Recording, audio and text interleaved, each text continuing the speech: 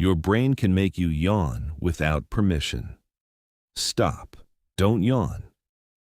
Seriously. Because your own brain might betray you in the next few seconds. Have you ever seen someone yawn and suddenly you started yawning too? That's not random.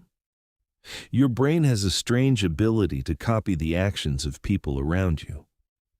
Scientists believe contagious yawning is connected to empathy, the ability to understand and connect with others. And here's the surprising part. The closer you are to someone, the higher the chance that their yawn can spread to you, your family, your friends, even someone you feel connected with. But the biggest mystery is this. Why does your brain copy a simple yawn?